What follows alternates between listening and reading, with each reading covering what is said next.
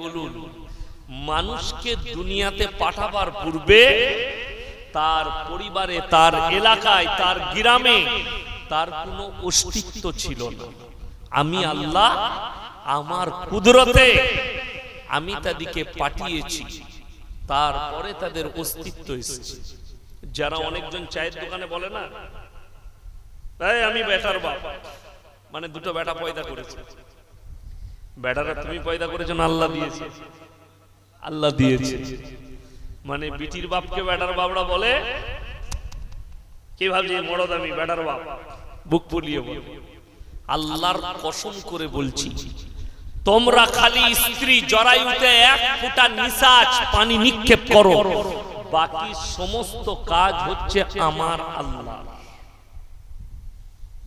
যদি আপনি একটু ভাবেন, কোরআনের দিকে নজর দেন, আমার আল্লাহ ইচ্ছা করলে বিনা বাপেও সন্তান দিতে পারত। আল্লাহ এটাও নজির দিয়েছে। বিনা বাপে কে এসেছিলেন? হযরতে ঈসা মাসীহ। খ্রিস্টানরা বর্তমানে যার উপাসনা করে গির্জার মধ্যে, কার? মারিয়াম এবং ঈসা। এই দুজনের উপাসনা করার কারণে আল্লাহ তাআলা হযরতে ঈসা মাসীহকে জিজ্ঞাসিত করবেন কিয়ামতের দিন, দাঁড় করাবেন। দাঁড়াও, তার কওমকেও দাঁড় করানো হবে, তোমরাও দাঁড়াও। কেন? আল্লাহ প্রশ্ন করবেন। কি প্রশ্ন করবেন? এটা নবীজিকে কোরআনে বলে দিয়েছে। ইয ক্বালাল্লাহু ইয়া ঈসা ইবনে মারইয়াম আনতা কুলতা লিন-নাস ইত্তাখিযুনি ওয়া উমিয়া ইলাহাইনি মিন দুনিল্লাহ। হে আমার ঈসা, তুমি কি তোমার কওমের লোকদিকে বলেছিলে আল্লাহ ছাড়া আমি আর আমার মা আরো দুটো আল্লাহ? ঈসা নবী বলবেন, ক্বালা সুবহানাক, যে কথা বলার আমার হক নেই, অধিকার নেই, আল্লাহ আমি এই কথা কি করে বলতে পারি? তখন তারা পাকড়াও হবে। কেন খ্রিস্টানরা রব হিসাবে মানলো মারিয়ামকে আর তার বেটাকে ঈসাকে? তার মারাত্মক কারণ হচ্ছে আল্লাহ বিনা বাপে হযরতে ঈসা মাসীহকে দুনিয়াতে পাঠিয়েছে। কোনো বাপের প্রয়োজন হয়নি, বিনা বাপে। এই বিনা বাপে সন্তান দেওয়ার কারণে তারা ঈমান হারালো যে যখন এর কোনো স্বামী নেই, মারিয়ামের বিনা বাপে এসছে, তাইলে নিশ্চয়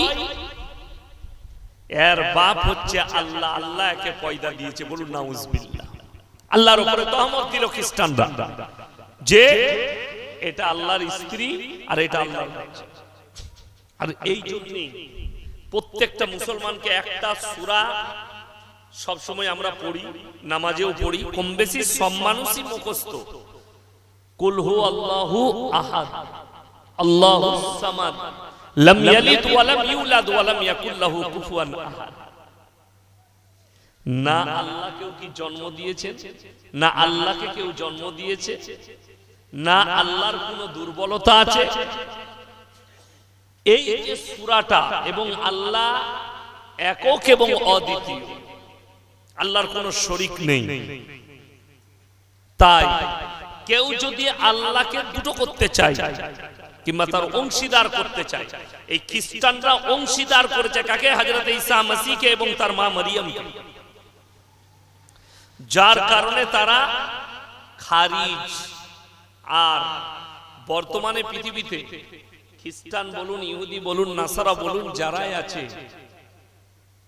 আখরি নবীকে সকলকে বিশ্বাস করতে হবে। যেমন আমাদের যারা মুসলিম আছেন, আমাদের একটা মারাত্মক আকীদা রাখতে হবে যে যত নবী পয়গম্বর আল্লাহ পাঠিয়েছেন এরা সবাই আল্লাহর নবী, এটা আপনাকে বিশ্বাস রাখতে হবে। সবারই প্রতি ঈমান আনতে হবে। কার? আল্লাহর যতগুলো নবী আছে এদের প্রতি। আপনি যদি বলেন আমি ঈসা নবীকে আল্লাহর নবী মানি না, আপনার ঈমান ধ্বংস হয়ে যায়। যেহেতু কোরআনের সূরা বাকারায় আল্লাহ স্পষ্ট করে দিয়েছে যে সমস্ত নবী এদের উপরে তোমাকে বিশ্বাস আনতে হবে। কাকে? একটা মুসলিমকে। একটা মুমিনকে বিশ্বাস আনতে হবে যে সমস্ত নবী এরা আল্লাহর পয়গম্বর, আল্লাহর প্রেরিত। যতজন আল্লাহ নাম দিয়েছে কম বেশি 1,24,000 কম বেশি পয়গম্বর যারা এসেছে তারাই সবাই কোরআনে যাদের নাম আছে। বাড়তি অনেক নবীর নাম কোরআনে নেই, যেগুলো আমাদের অজানা। আদম আলাইহিস সালাতু ওয়াস সালামের পরে আরো অনেক নবী আছেন যেগুলো বিশিষ্ট পয়গম্বর, রাসূল, নবী, তাদের নামগুলো কোরআনে উল্লেখ আছে। বহু নবীর নাম কোরআনে নেই, তাছাড়া নবী এসেছে। এরপর এই যতগুলো নবীর নাম এসছে আসেনি, আপনাকে এই সংখ্যাটার উপরে বিশ্বাস রাখতে হবে। 1,24,000 কম বেশি পয়গম্বর আল্লাহ পাঠিয়েছে, এটার উপরে বিশ্বাস রাখতে হবে।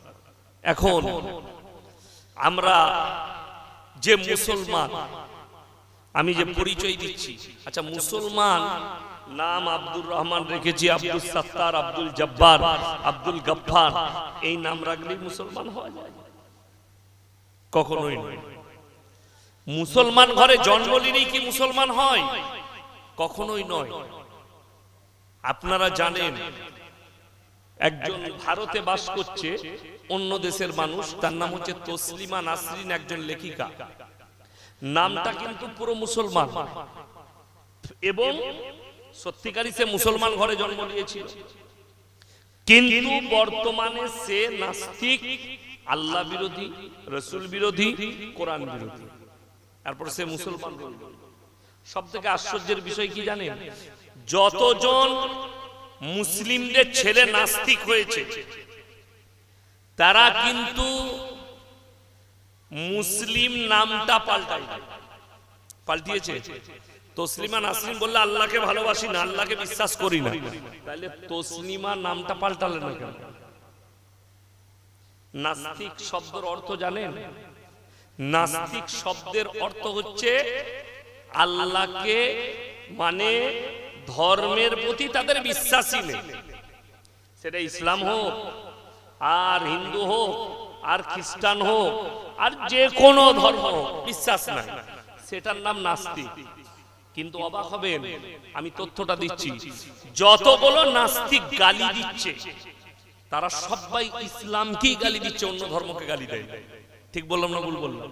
তারা সবাই কোরআনকেই গালি দিচ্ছে, মুহাম্মদ সাল্লাল্লাহু আলাইহি সাল্লামকে গালি দিচ্ছে, কোরআনকেই গালি দিচ্ছে, অন্য কেউ কি গালি দেয়?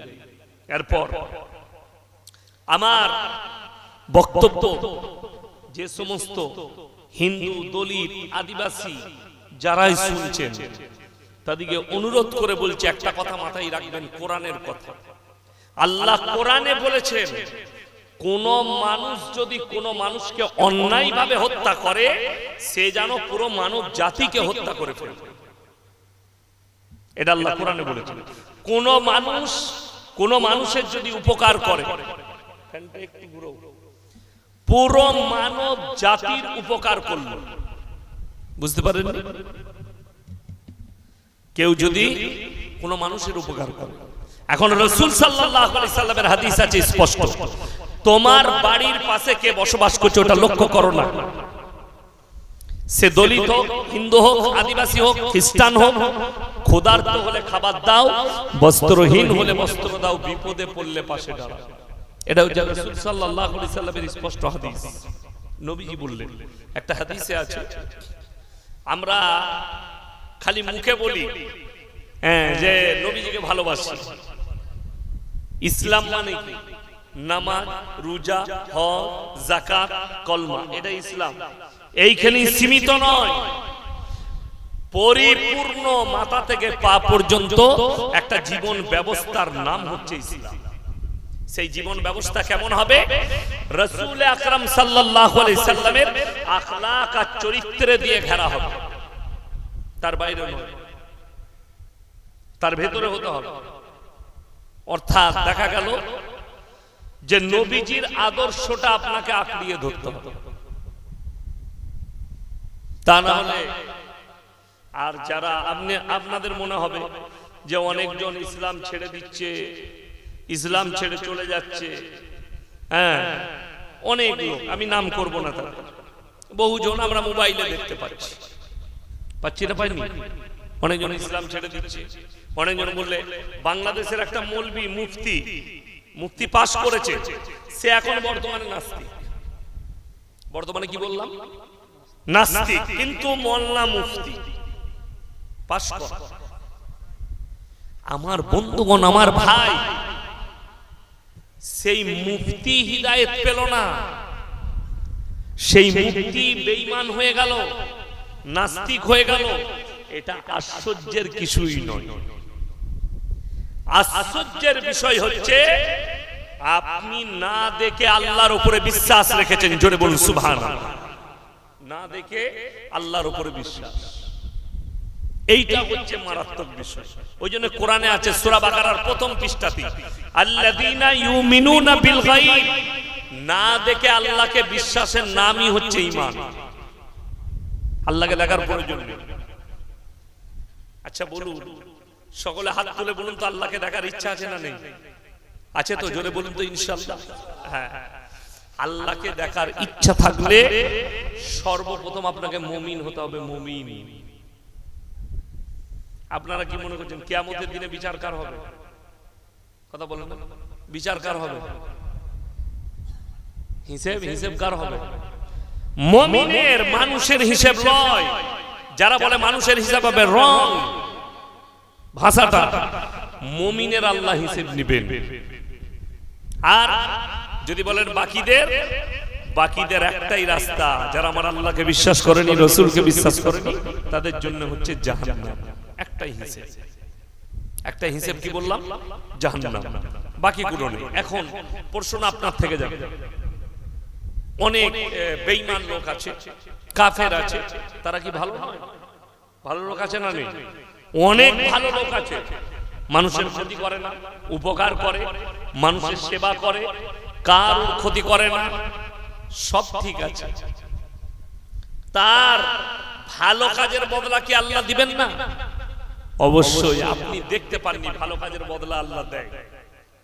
আমাকে যাদবপুর বিশ্ববিদ্যালয়ের একজন প্রফেসর জিজ্ঞেস করেছিলেন মুসলিমদের, তার রিলেটিভের বাড়িতে আমি প্রোগ্রাম করতে গেছি, নিজে একটা প্রোগ্রাম করেছিল। তো আমাকে বললে, হুজুর, মুমিনরা জান্নাত পাবে, আর যারা ঈমান আনলো না তাদের মধ্যেও তো অনেক ভালো লোক আছে। 100% আছে, 100% আছে। কে বললে নাই? অনেক ভালো লোক আছে। তো তাদের কি হবে? আমি বললাম হাদিসে এসেছে, হাদিসটা ভালো করে শুনবেন। নবীজি বললেন, যারা ঈমান আনেনি অথচ ভালো লোক, ভালো কর্ম করেছে, তাদের বদলা, ওই ভালো কাজের বদলা আল্লাহ দুনিয়াতেই দিবেন। যদি বলেন একটা প্রমাণ দেন, স্কুল আছে না নাই আপনার এলাকায়? এখানে স্কুল আছে, প্রাইমারি হোক, হাই স্কুল হোক, কলেজ হোক, চলে যান। এই প্রাইমারি স্কুল, হাই স্কুলের হেডমাস্টারের মাথার উপরে, যেখানে হেডমাস্টার চেয়ারে বসে, তার মাথার উপরে কাদের ছবি থাকে? কবিগুরু রবীন্দ্রনাথ ঠাকুরের, ঈশ্বরচন্দ্র বিদ্যাসাগরের, বঙ্কিমচন্দ্রের, শরৎচন্দ্রের, স্বামী বিবেকানন্দের। এদের জন্ম মৃত্যু বার্ষিকী আমাদের দেশে পালন হয় না? হয় না? আমরা পালন করি, শ্রদ্ধা করি। ঈমান আনেনি, কিয়ামতের সকাল পর্যন্ত দুনিয়াতে ইনারা সম্মান পাবেন। কলমা না পড়ার কারণে আল্লাহর কাছে কোনো সম্মান থাকবে না। যেমন আমাদের সমাজে, আমাদের পরিবেশে, সে যে ধর্মেরই হোক, এক শ্রেণীর লোক বিনা হিসাবে জান্নাতে যাবে। বলুন সুবহানাল্লাহ। কোন ধর্মের? যে কোনো ধর্মের হোক, একটা শ্রেণী থাকবে, সে বিনা হিসাবে জান্নাতে যাবে। তারা কারা? তারা হচ্ছে ম্যাড, পাগল, যাদেরকে আমরা পাগল বলি সমাজে। কি করে নিজে জানে না, কি খায় নিজে জানে না, সে জানেই না আমি কে, রাস্তায় ঘুরে বেড়ায় খাবার মতো। হাদিসে এসেছে এদের জন্য জান্নাতের দরজা খোলা হবে। আল্লাহ বলবেন, তোমরা ইচ্ছা মতো দরজায় প্রবেশ করো। জান্নাত আর জাহান্নামের দরজা খোলা হবে, তারা জান্নাতে প্রবেশ করবে, তারা বিনা হিসাবে জান্নাতি, তাদের কোনো হিসাব হবে না। জোরে বলুন সুবহানাল্লাহ। আর একটা দল হাদিসে আছে, যারা, যেমন পৃথিবীতে সবথেকে বড় জঙ্গলের নাম হচ্ছে অ্যামাজন। আর একটা হচ্ছে আফ্রিকার জঙ্গল। এই দুটো জঙ্গলে যে মানুষরা বাস করে, যাদের কাছে কোনো দাওয়াতই পৌঁছায়, কোন ধর্মের দাওয়াত নয়, তাদের জীবন যাপন সেটা হচ্ছে জঙ্গলিদের মতো, আদিম যুগের মতো, কোন দাওয়াত নেই তাদের কাছে। কিয়ামতের দিনে হাদিসে আছে আল্লাহ এদের জন্য দুটো রাস্তা খুলবেন, একটা জান্নাতে একটা জাহান্নামে। তাদেরকে বলা হবে তোমরা ইচ্ছা মতো রাস্তা দিয়ে প্রবেশ করো। তারা জান্নাতে গেলে জান্নাতি, জাহান্নামের রাস্তায় গেলে তারা জাহান্নামী। এটা আল্লাহ কিয়ামতের দিনে খুলবেন। কিন্তু মুমিন যার ব্রেনে এই দাওয়াত পৌঁছাচ্ছে, আল্লাহ তার হিসাব নেবেন, মুমিনের হিসাব হবে। এরপর অনেকজন বলবে আমি হুজুর জীবনে অনেক পাপ করেছি, আল্লাহ কি ক্ষমা করবেন? আমার জীবনে অনেক গুনাহ হয়ে গেছে, আল্লাহ কি ক্ষমা করবেন? তারা একটু কান খুলে শুনেন, এরকম আশা নেবেন না। আল্লাহর কসম করে বলছি, তোমার মা বাপ অতবার ক্ষমা করতে পারবেন আমার আল্লাহ যতবার ক্ষমা করে। জোরে বলুন সুবহানাল্লাহ। কোরআন সূরা ফুরকান 19 পারা, ইল্লা মান আমানা ওয়া আমিলা আমালান সালিহা ফাউলাইকা ইউবাদদিলুল্লাহু সাইয়্যাতিহিম হাসানাত ওয়া কানাল্লাহু গফুরার রহিমা। যারা তওবা করার মতো তওবা করবে, যারা ইস্তেগফারের মতো ইস্তেগফার করবে, আমি আল্লাহ তাদের পাহাড়ের মতো গুনাহগুলো নেকি দ্বারা বদলে দেব। জোরে বলুন সুবহানাল্লাহ। এটা কোরআন 19 পারায় আছে সূরা ফুরকান। তুমি পাহাড়ের মতো পাপ করে ফেলেছো, খালি যদি আল্লাহর কাছে এসে আল্লাহর ঘরে বলো আল্লাহ আমি ইস্তেগফার করলাম, আল্লাহ আমাকে ক্ষমা করে দাও, আজ থেকে আর জীবনে আমি পাপ করব না, আল্লাহর কসম আল্লাহ ওয়াদা করেছেন আমি ওই বান্দার ওই গুনাহগুলো ক্ষমা করে আমি অতটাই নেকি দান করে দেব। কিন্তু দুঃখের বিষয় আমরা ইস্তেগফার করতে পারি না। ফজরের ওয়াক্ত আসছে, একটা কথা বলে দিই যারা বসে আছে, জীবনে প্রত্যেক দিন একটা সময় বার করে মাত্র 10টি মিনিট মুরাক্কাবা করুন। মাওলানা আশরাফ আলী থানভী রহমাতুল্লাহ আলাইহির যোগ্য খলিফা, শ্রেষ্ঠ খলিফা, তার নাম হচ্ছে হযরত মাওলানা শাহ আবরারুল হক সাহেব রহমাতুল্লাহ। আমি যখন দাঙ্গার সময় পালিয়ে এসে মুম্বাই ছিলাম, উনার মাদ্রাসায় ছিলাম, তো উনি আমার একটা কিতাবের ইমতিহান নেবেন, তো তখন বিভিন্ন রকমের ছেলেরা চুলের কাটিং করতো, আমিও একটু চুলগুলো বড় রেখেছিলাম, আর পায়জামাটা আমার টাকনুর নিচে ছিল। আমি ইমতিহান দিতে গেলাম, আমাকে বললে এক कैंची लेकर आओ। আমরা হযরত क्यों? बोले एक जगह जहन्नम की आग में जा रही है, उसे निकालना है मुझे। আমি একটা কাঁচি এনে দিলাম, আমার পায়জামাটা টাকনুর উপর পর্যন্ত কেটে দিলেন। ওনার একটা কিতাব এখনো মনে হয় আমার লাইব্রেরিতে আছে, আরকানের কিতাব, আরকান লিখেছে। তিনি বলতেন যে ভাই रोजाना एक मर्तबा 10 मिनट मुराकाबा कर लिया कर।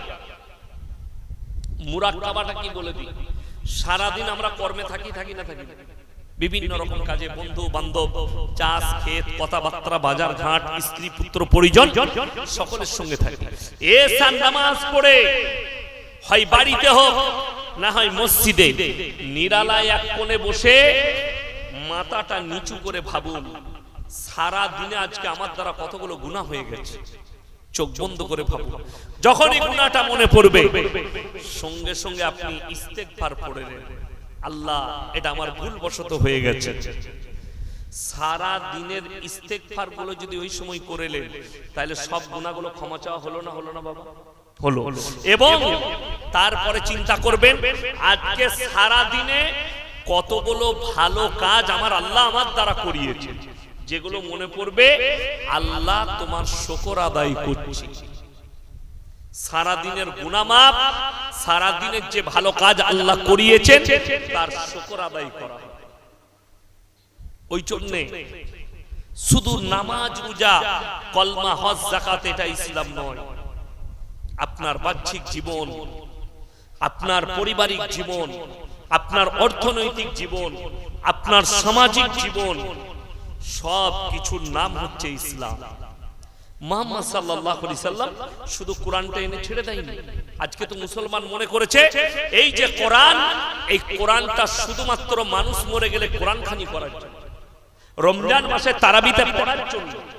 এই কোরআনটা শুধু নামাজে পড়ার জন্য না, শুধু এই কোরআনটা মানুষ মরে গেলে কোরআন খানি করার জন্য নয়। এই কোরআনটা শুধু তারাবিতে তেলাওয়াত করার জন্য নয়। এই কোরআনে বলা হয়েছে ইকরা বিসমি রাব্বিকাল্লাযী খালাক, হে নবী পড়ো। এই কোরআনে আল্লাহ তাআলা শিক্ষার কথা বলেছেন, এডুকেশনের কথা। আপনারা সকলে জানেন পৃথিবীতে একদিন ইসলাম প্রতিষ্ঠিত হবে, সকলে বলুন ইনশাআল্লাহ। কোন মুসলমানের দ্বারা হবে? গাঁজাখোর মুসলমানের দ্বারা, মাতালের দ্বারা, সুদখোরের দ্বারা না। আল্লাহ নবী সাল্লাল্লাহু আলাইহি সাল্লাম যে ভবিষ্যৎবাণী করেছেন ইসলাম একদিন প্রতিষ্ঠিত হবে পৃথিবীতে, সেই প্রতিষ্ঠিত হবে যাদের কাছে এডুকেশন থাকবে, যাদের কাছে ইসলাম থাকবে, কোরআনও থাকবে, দুনিয়াবি শিক্ষাও থাকবে, যাদের কাছে প্রযুক্তি থাকবে, যাদের কাছে অত্যাধুনিক অস্ত্র থাকবে। আর একটা মানুষ বৈজ্ঞানিক না হলে অত্যাধুনিক অস্ত্র তৈরি করতে পারবে না। একটা মানুষ শিক্ষিত না হলে তার কাছে প্রযুক্তি আসবে না। ওই জন্যে আপনার সন্তানকে শিক্ষা দেন, এডুকেশন দেন, ভালো শিক্ষায় শিক্ষিত করুন। নবীজি সাল্লাল্লাহু আলাইহি সাল্লাম কোরআনের শিক্ষা, দুনিয়াবি শিক্ষা। আল্লাহর হাবিব সাল্লাল্লাহু আলাইহি ওয়াসাল্লাম মানুষকে যে পথটা দেখিয়েছে, মুসলমানরা যদি খালি রাসূলের সুন্নতে চলে না, এতটুকু কোনো কষ্ট আপনার কাছ থেকে পৃথিবীর কোনো ব্যক্তি পেতে পারে। আপনি সামান্য ভেবেলেন যে নবীজি বললেন, আল্লাহ বলা করালেন যে বলো কোন মানুষ যদি কোনো মানুষকে হত্যা করে, এখানে আল্লাহ ধর্মের কথা বলেননি। কোন মানুষ যদি কোনো মানুষকে হত্যা করে, সে যেন গোটা মানব জাতিকে হত্যা করার পাপ করল। উপকার কাকে বলে? আমাদের বর্ধমান থেকে খড়গপুর বাস আছে, ভোর 4টায় ছাড়ে, 4:10 এই এরপর ছাড়বে। মেদিনীপুর ওই কেশপুরের একটা ছেলে আছে, সে হচ্ছে কন্ট্রাক্টর। আর বাস স্ট্যান্ডটা হচ্ছে পুরনো বাস স্ট্যান্ড, বাপিদা নাম চায়ের দোকান। আমি বাড়ি ফেরার সময় রাত 3টে বাজলে 4টা বাজু আমি তার দোকানে ঢুকি, ডিম টোস্ট নাইলে মালাই টোস্ট, দেশি মুরগির হাফ বয়েল ডিম সিদ্ধ, চা খেয়ে তারপরে বাড়ি। একদিন আমি মালদা থেকে এসে ঢুকলাম, 3:30 বাজছে। আমি বললাম কি ব্যাপার, খড়গপুরের কন্ট্রাক্টর এখনো ঢুকেনি? বলে বাস আসছে, বেরিয়ে গেছে স্টেশন থেকে। আমরা দেখলাম বছর 13-র একটা বাচ্চা মেয়ে, ব্যাগপত্র আছে, বসে আছে। বাপিদা আমাকে বলল, ইয়াসিন ভাই এই বাচ্চাটা জানেন তো ইলাহাবাদ থেকে পালিয়ে এসেছে আর বাপের কাছ থেকে। কেন? এর বাপ সৎ মা না কি ছিল, একটু অত্যাচার করেছে, ওই জন্য পালিয়ে এসেছে। কোথায় বাড়ি? বলে মেদিনীপুরের শ্রীনগর, ওখানে ওর নানার বাড়ি, ওখানে যাবে। বলে ইয়াসিন ভাই ওর কাছে বাসের ভাড়া নেই। আমরা বাপিদা কত লাগবে? বলে 160 টাকা। আমি 200 টাকা দিলাম, এটা দিয়ে দিন, তুমি রাখো। আর বাপিদাকে বললাম ও যা খাবে খাই দাও, কেক বিস্কুট 2-4টা ভরে দিবে, গাড়িতে যেতে যেতে খাবে, পানির বোতল দিয়ে দাও। আমি তার ধর্ম জিজ্ঞেস করি, আমি খালি সে বিপদে আছে এটা দেখেছি। এটাই রাসূলের আদর্শ। আর বোম্বের মাটিতে এশিয়া মহাদেশের সবথেকে বড় হসপিটাল, তার নাম হচ্ছে টাটা মেমোরিয়াল। একটা গেটে একজন অমুসলিম ভাই, জানি না, মাথায় তিলক লাগানো আছে, তিনি খানা বিলি করছেন, গরিব খানা তুলে তুলে দিচ্ছে। কিছু মুসলিম চাচা মাথায় টুপি পরে, কিছু মুসলিম মহিলা মুখে হিজাব পরে গরিব লাইনে দাঁড়িয়েছে, তারা খানা নিয়ে ওই টাটার গেটে। ये তখন বলছে जो जय श्री राम बोलेगा उसी को खाना मिलेगा, न तो लाइन से निकलो বেরিয়ে যাও। এই নারাটা লাগাতে হবে, তবে খানা খাবে। তারা বেচারাটা বেরিয়ে গেল। আর একটা গেটে একজন মুসলিম চাচা, বড় লোক, মাথায় টুপি, আমাদের মতো পাঞ্জাবি পায়জামা পরে আছে, সেও গাড়ি নিয়ে এসে খানা বিলি করছে। সে কি বলছে জানেন? कुछ भी बोलने का जरूरत नहीं, भूख लगी है खाना खा लो। जोरे बोलুন সুবহানাল্লাহ। এটাই তো রাসূলের আদর্শ। ক্ষুধার্ত হলে খাবার দাও, তার ধর্ম জিজ্ঞেস করো। বস্ত্রহীন হলে বস্ত্র দাও, বিপদে পড়লে পাশে দাঁড়াও। আজকে জানেন গোটা পৃথিবীর বেঈমান কাফের যারা নবীজিকে গালি দিয়েছে, যারা রাসূলকে গালি দিয়েছে, তাদের মুখে কুলু পেটে গেছে। আজকে তসলিমা নাসরিনের মতো হারামের আওলাদের মুখে কুলু পেটে গেছে। আসাদ নূরের মতো হারামের আওলাদের মুখে কুলু পেটে গেছে। কেন? ইপেস্টেন ফাইল প্রকাশ হয়েছে, সেখানে কোনো আমাদের মতো মৌলবীর নাম নেই, দাড়িওয়ালার নাম নেই, মুসলিম শাসকের নাম নেই। পৃথিবীতে ইপেস্টেন ফাইল অনেক মানুষ বুঝতে পারছেন না। খালি যে যুবকদের কাছে মোবাইল আছে, শিক্ষিত, তারা জানে ইপেস্টেন ফাইল। ইপেস্টেন বলে আমেরিকার একজন কুখ্যাত অপরাধী, সে একটা আইল্যান্ড কিনেছিল। আইল্যান্ড, আইল্যান্ড মানে জানেন? সমুদ্রের দ্বীপ। সেই দ্বীপের মধ্যে দামি দামি বাড়ি, সেখানে যে সে এন্ট্রি পেত না। হয় বড় শিল্পপতি, আরবপতির মালিক, তা না হলে দেশের রাষ্ট্রপ্রধান, তা না হলে বৈজ্ঞানিক। তারা চান্স। সেখানে কি হতো? যারা মুহাম্মদ সাল্লাল্লাহু আলাইহি সাল্লামকে গাল দিচ্ছে, আমার কষ্ট হয়, অনেক বেঈমান কাফের বলছে নবীজি সাল্লাল্লাহু আলাইহি সাল্লাম মা আয়েশা সিদ্দিকা রাদিয়াল্লাহু তাআলা আনহাকে 6 বছর বয়সে বিয়ে করেছেন, 9 বছর বয়সে সংসার শুরু করেছেন। অনেক হারামখোর বলছে নবীজি বালাৎকার করেছে। বলুন নাউজুবিল্লাহ। এত বড় আসপর্দা। অথচ এখানে যে সমস্ত মুসলিম ভাই বসে আছেন, দিলে থেকে দিলেন আমার কথা, এটা কিন্তু হাদিস, সহিহ হাদিস। নবীজি সাল্লাল্লাহু আলাইহি সাল্লাম 11টা বিবাহ করেছেন। এই 11টা বিবাহ একটাও নিজে থেকে করেননি, সব আমার আল্লাহর অনুমতি নিয়ে বিয়ে করেছেন। জোরে বলুন সুবহানাল্লাহ। তা না হলে প্রথম বিবি হিসাব করুন, মা আয়েশা হযরতে খাদিজাতুল কুবরা রাদিয়াল্লাহু তাআলা আনহা। প্রথম বিবি কার? আল্লাহর নবী। নবীজির বয়স 25 বছর, আর হযরতে খাদিজার বয়স 40 বছরের বিধবা। যারা মা বোনরা জলসা শুনছে নাকি? এই মা বোনরা জলসা শুনছে? মাইক দিয়ে আছে, শুনছে? ও বিরিয়ানি খাবার লেগে অনেকজন জেগে আছে। ও চিন্তা হয়েছে? আচ্ছা ঠিক আছে। তো দেখুন, এখানে মায়ের একটা কথা শুনে যান, মা বোনেরা শুনবেন। আখরি জামানায় নবীজি বলেছেন, কোন জামানায় বললাম? আখরি জামানায় নবীজি বললেন দুটো কারণে মহিলারা বেশিরভাগ জাহান্নামে যাবে। সেই দুটো কারণের মধ্যে 1 নম্বর কারণ হচ্ছে স্বামীর অবাধ্যতা, নাম্বার 2 বেপরদাহি। স্বামীর অবাধ্যতা। এখন দেখেছেন আপনি বাজার থেকে এলেন, হ্যাঁ, এসি, এক গ্লাস পানি দাও, ঢেলে খেয়ে দেখতে পাবেন কাজ করছে। আমাদের বউদের অবস্থা ঠিক বললাম না? হ্যাঁ, গামছা খুঁজছেন, আপনাকে খুঁজে নিতে হবে। লুঙ্গি খুঁজছেন, খুঁজে নিতে হবে। আমি একটা হাদিস শোনাবো, আপনার চোখ দিয়ে পানি আসবে। আল্লাহ নবী সাল্লাল্লাহু আলাইহি সাল্লাম প্রত্যেকদিন কন্টিনিউ প্রত্যেকদিন কি করতেন? তাহাজ্জুদের নামাজে হযরতে খাদিজার জন্য দোয়া করতেন। আল্লাহ, খাদিজা আমার কলিজার টুকরা, খাদিজাকে তুমি জান্নাতের বাগিচায় রাখো। নবীজি প্রত্যেকদিন দোয়া করতেন। মা আয়েশা সিদ্দিকা রাদিয়াল্লাহু তাআলা আনহা বলেন, ইয়া রাসূলুল্লাহ, আপনি খাদিজার জন্য কেন প্রত্যেকদিন দোয়া করেন? এই কথা বলার পরে নবীজির চোখ দিয়ে পানি এলো, নবীজির চোখ ছলছল করে গেল।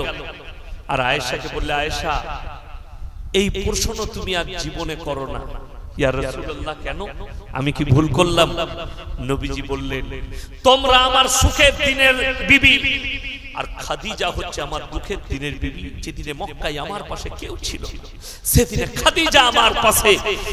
যেদিনে আমাকে কেউ হেল্প করেনি, খাদিজা সেদিনে বলেছিল, ইয়া রাসূলুল্লাহ, আমার যতগুলো সম্পদ আর মাল আছে আমি আপনাকে উর্সে দিলাম, আপনি দু হাত খুলে ইসলামের জন্য আর নিজের জন্য খরচ করুন। জোরে বলুন সুবহানাল্লাহ।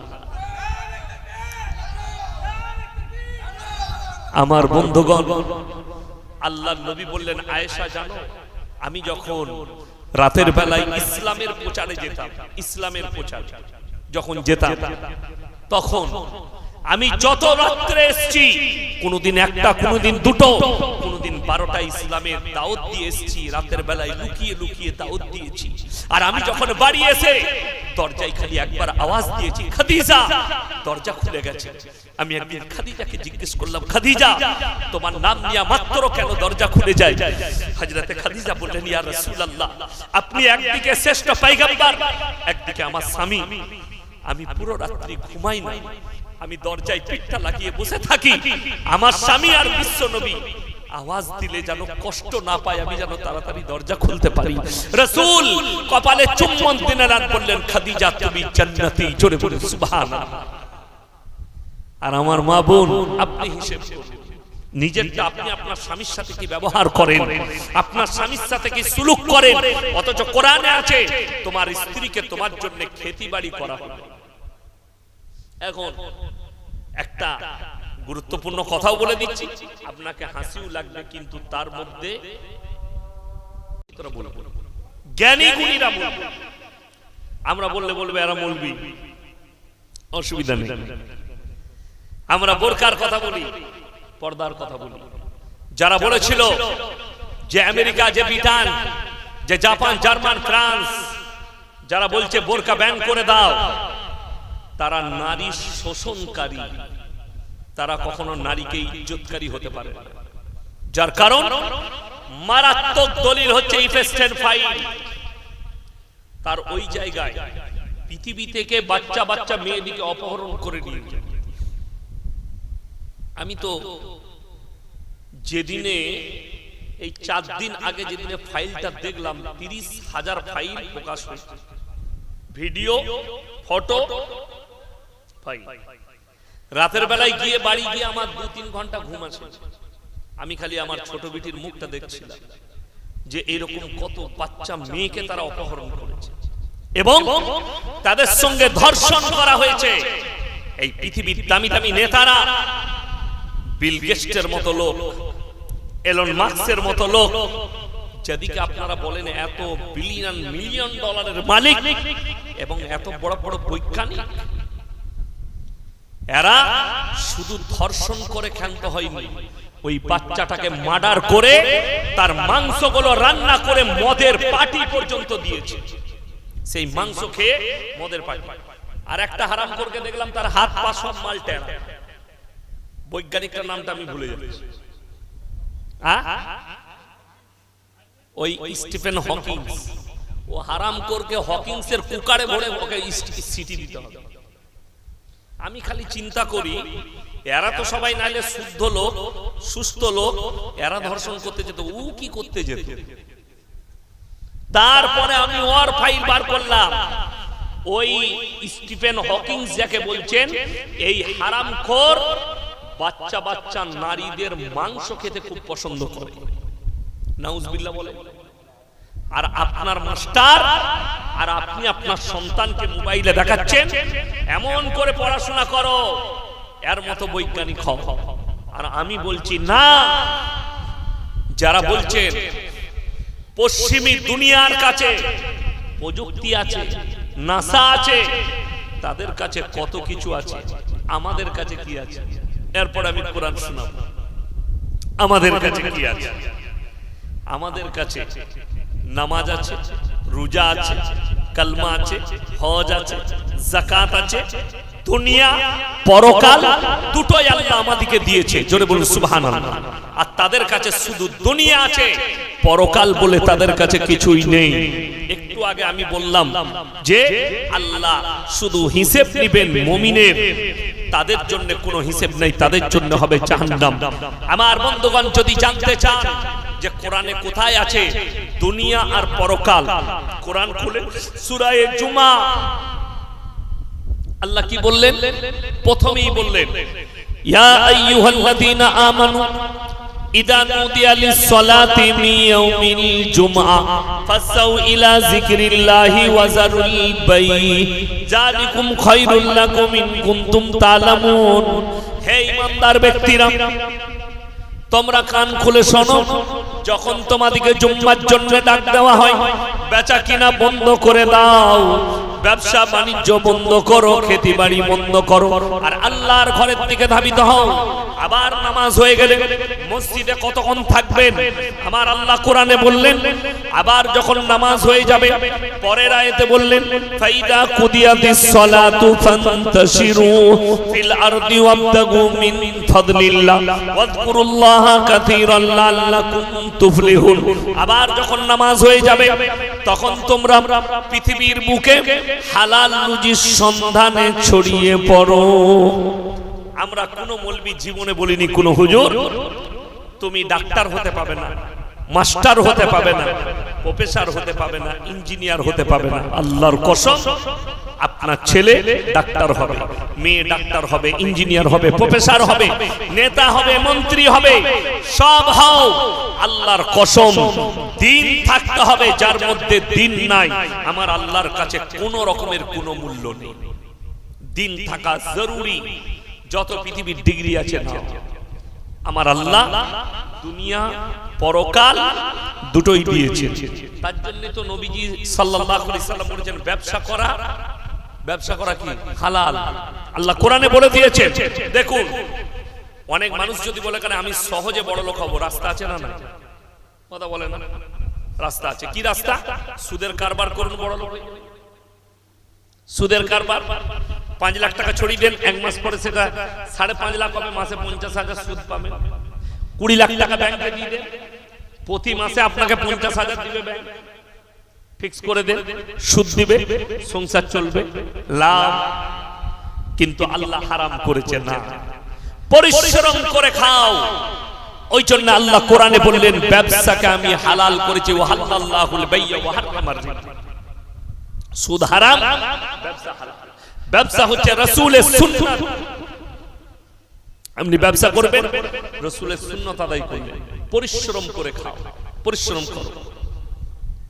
আলু বেচো, পেঁয়াজ বেচো, সবজি বেচো, যা বেচবে বেচো, পরিশ্রম করে খাও।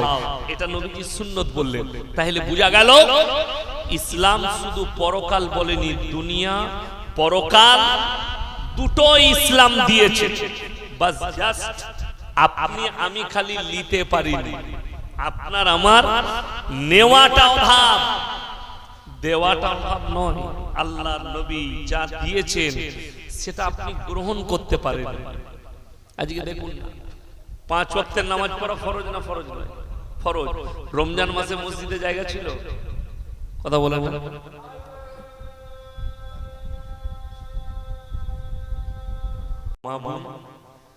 সকলে নিয়ত করেন আজ থেকে নামাজ ছাড়ব। প্রায় আমরা বাহানা দিই কাজের, অথচ কাজকে বলো না আমার নামাজ আছে, কাজকে বলো আমার নামাজ আছে, নামাজকে বলো না আমার কাজ বাকি আছে। কাজ করে থাক, কাজ হবে। আপনি বলুন তো, আপনার সব সংসারের কাজ পড়ে আছে, আপনার কাছে মালাকুল মউত এলে আপনি আমি বলতে পারবো যে আমার কাজ পড়ে আছে, পড়ে আসবে? একটা সেকেন্ড, একটা মুহূর্ত কারোর জন্য অপেক্ষা হবে না। অর্থাৎ আমাদেরকে ভাবতে হবে যে আমরা সবাই জানো, নিয়ত করে নি যে নামাজ জিন্দেগিতে কেউ ছাড়বে না, নামাজ কম্পালসারি। বাড়িতে পরিবারকে দাওয়াত দেন নামাজের জন্য। গোটা পৃথিবীটা তাকিয়ে দেখুন। আমি নামাজের পরে কিছু তথ্য দেবো আপনাদের। আজকে জানেন আল্লামা ইকবাল লিখেছে ইস ঘর কো আগ লাগি ঘর কি চিরাগ সে। মুসলমান তোমরা নিজেদের ঘরে নিজের আগুন ধরিয়েছো। আপনারা কি মনে করছেন খালি আপনাদের নামগুলো এসআইআর এ ডিলিট হয়েছে? ও মাল আমারও নামটা কেটে দিয়েছে, আমি দেখলাম। আপনারা কি মনে হচ্ছে সত্য বলছি না মিথ্যা বলছি? সত্য বলছি। আমার কাছে মোবাইলের লিস্ট আছে, আমাকে পাঠিয়েছে আমাদের একটা বন্ধু আত্মীয় সুরজ নাম, কম্পিউটার চালায়, সে আমাকে লিস্টটা পাঠিয়েছে যে হুজুর আপনার নামটাও ডিলিট। মানে গোটা পশ্চিম বাংলা জানলো এটা শওকত সাহেবের ছেলে। এই বাবুর সাথে অনেক আগে থেকে সম্পর্ক। আমার তখন প্রথম জীবনে জলসা নিয়ে গেছে, হরিপালে জলসা করা,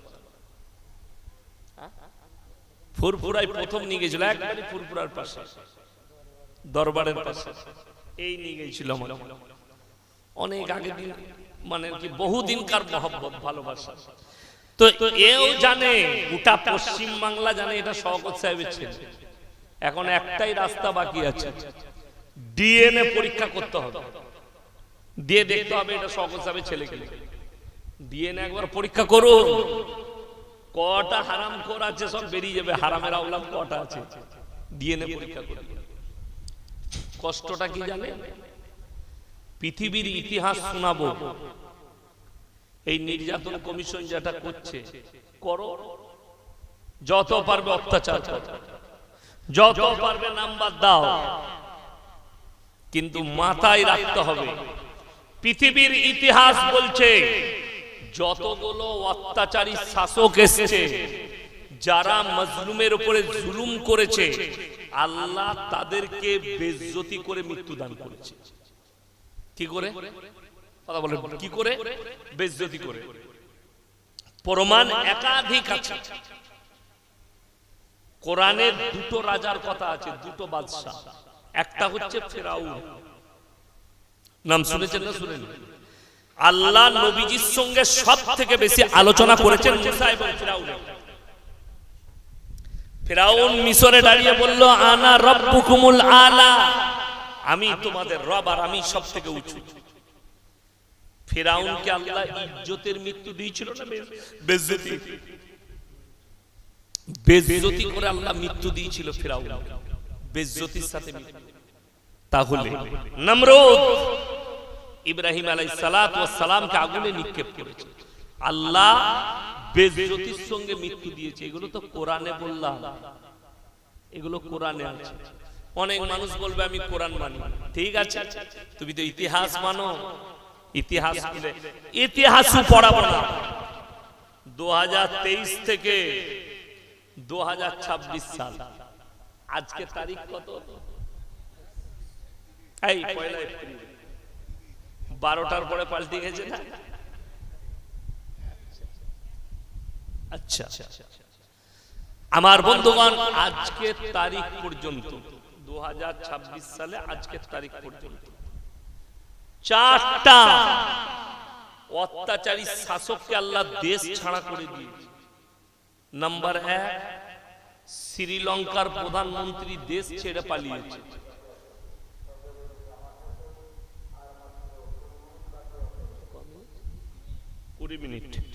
আচ্ছা 5 মিনিটের ভেতরে বলে দিন। 1 নম্বর হচ্ছে শ্রীলঙ্কার প্রেসিডেন্ট, তাকে দেশ ছাড়া করেছে মানুষ। তার দেশের মন্ত্রীদের পাচা ফাটিয়ে দিয়েছে, এত মার মেরেছে, মোবাইলে আছে, এখনো দেখলেন খুলে। নাম্বার 2, রাজহাঁসের মাংস, পাতি হাঁসের মাংস, গোলদা চিংড়ি, পাবদা মাছ, ইলিশ মাছ ডাইনিং টেবিলে রেডি। ম্যাডাম গোসল করতে ঢুকেছেন, বেরিয়ে খানা খাবে। সেনা প্রধান এসে বললে 40 মিনিটের ভেতরে যা মাল নিবে লাও, বেরিয়ে যাও, জনস্রোত আসছে, তোমাকে হত্যা করা হবে। সব খানা ফেলে দিয়ে রাঁধা ভাত আমার আল্লাহ খেতে দেয়নি, তার নাম হচ্ছে আল্লাহ। বেইজ্জতি করে দেশ ছাড়া করেছে। সেই মেহমানটা আমাদের দেশেই বসে আছে, নাম লুবো না, সমঝদারোं के लिए इशारा काफी है। नंबर 3, বাশার আল আসাদ, সিরিয়ার প্রেসিডেন্ট, সে কোথায় পালিয়েছে সে ছাড়া আর আল্লাহ ছাড়া কেউ জানে না। তার গোডাউনে 4,500 কোটি টাকার খালি 4 হুইলার রাখা আছে। দামাস্কের মসজিদে 27 বছর নামাজ হতে দেয়নি এই হারামখোর, দেশ ছেড়ে পালিয়েছে। আপনি অবাক হবেন, এই দামাস্কের মসজিদ, যে মসজিদের কথা বললাম, এই মসজিদটা কিয়ামতের যতগুলো আলামত আছে, বড় আলামতের মধ্যে একটা আলামত, ওই মসজিদে ইমাম মেহেদী ইমামতি করবেন। আর দাজ্জালকে হত্যা করার জন্য আল্লাহ তাআলা ঈসা মাসীহকে ওই মসজিদেই নামাবেন। জোরে বলুন সুবহানাল্লাহ। আল্লাহ বেইজ্জতি করে তাড়িয়েছে। নম্বর 4, নেপালের প্রধানমন্ত্রী দেশ ছেড়ে পালিয়েছে, তার দেশের মন্ত্রীদের পাচা ফাটিয়েছে। তোরা যে বলছিলি লালবাতি গাড়ি, তোরা যে বলছিলি বডিগার্ড, কোথায় গেল তাদেরকে জিজ্ঞেস কর। মাথায় রাখবেন, সে যেই হোক, যদি কেউ অত্যাচারী শাসক হয় আর যদি মজলুমের উপরে অত্যাচার করে, তাদের চোখের পানিটা আল্লাহ কবুল করে নিলে পালাবার রাস্তা খুঁজে পাবেন। আমার আল্লাহ বেইজ্জতি করে তোমাকে দেশ ছাড়া করবে, আর বেইজ্জতি করে আল্লাহ মৃত্যু দিবে, ইজ্জতের মৃত্যু পাবেন। এটা কাগজ থাকে, তা নোট করুন, আমি মারা যেতে পারি। আমার বন্ধুগণ, আমার ভাই, ওই জন্য অনুরোধ করে বলছি প্রত্যেকটা ভাইকে, জানেন হক কথার কত জ্বালা।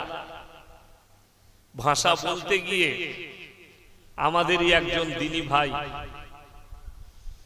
হিন্দুস্তানের একজন বড় মুকাররির আমার সঙ্গে অনেক জলসা করেছে।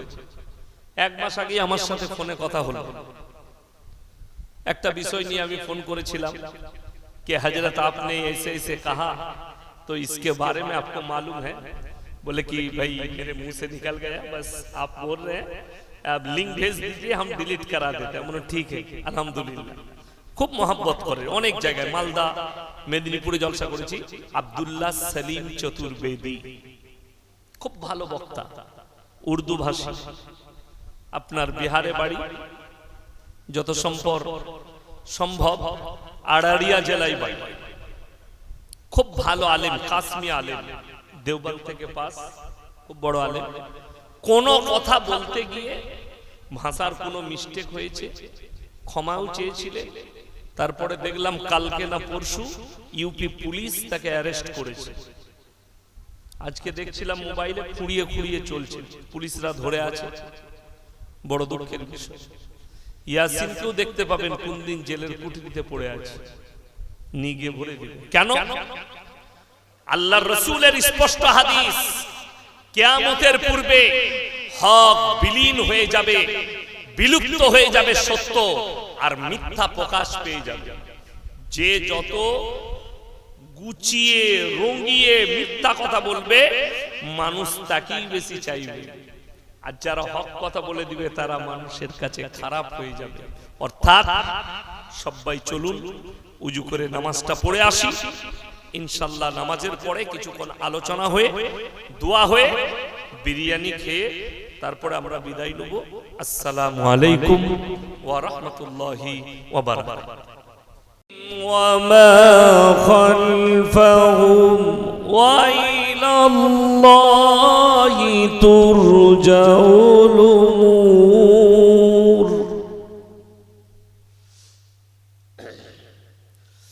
ওয়া ইলাল্লাহি তুরজাউল উমুর।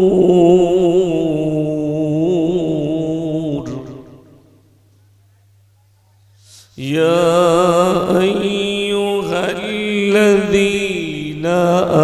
আমানু রুকাউ ওয়াসজুদু ওয়া'বুদু রাব্বাকুম ওয়াফআলুল খায়রা লা'আল্লাকুম তুফলিহুন। সাদাকাল্লাহুল আযীম।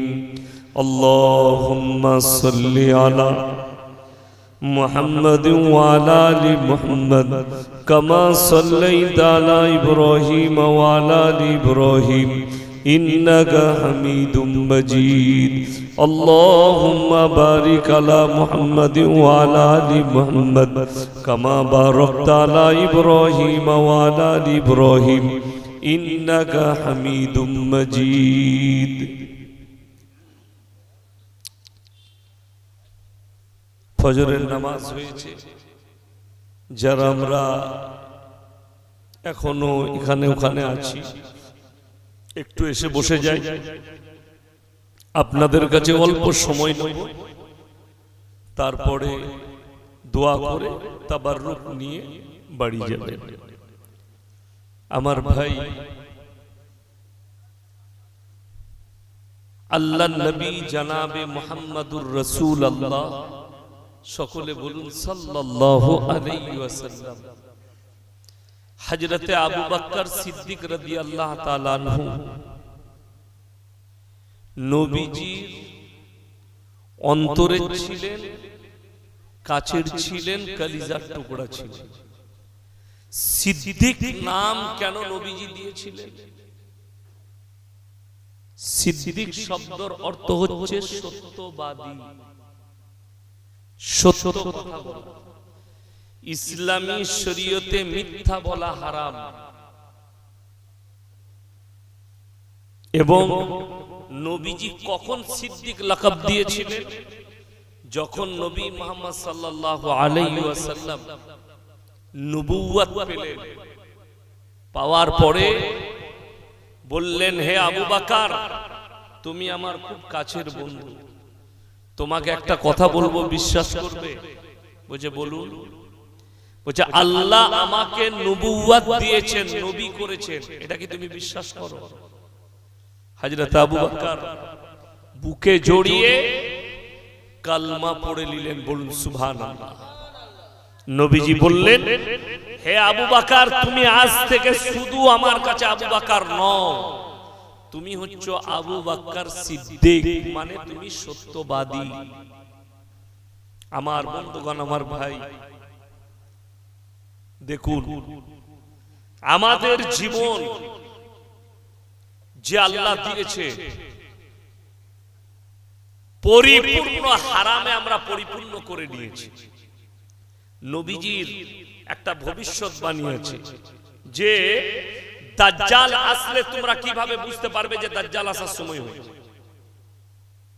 দাজ্জাল আসার সময় হলে কিভাবে বোঝা যাবে যে দাজ্জাল আসছে তার সিম্বল নবীজি যেটা দিয়েছেন সিগন্যাল যেটা দিয়েছেন সেটা হচ্ছে যখন মুসলমানের কাছে হারাম জিনিসগুলো অবৈধগুলো বৈধ হতে শুরু হয়ে যায়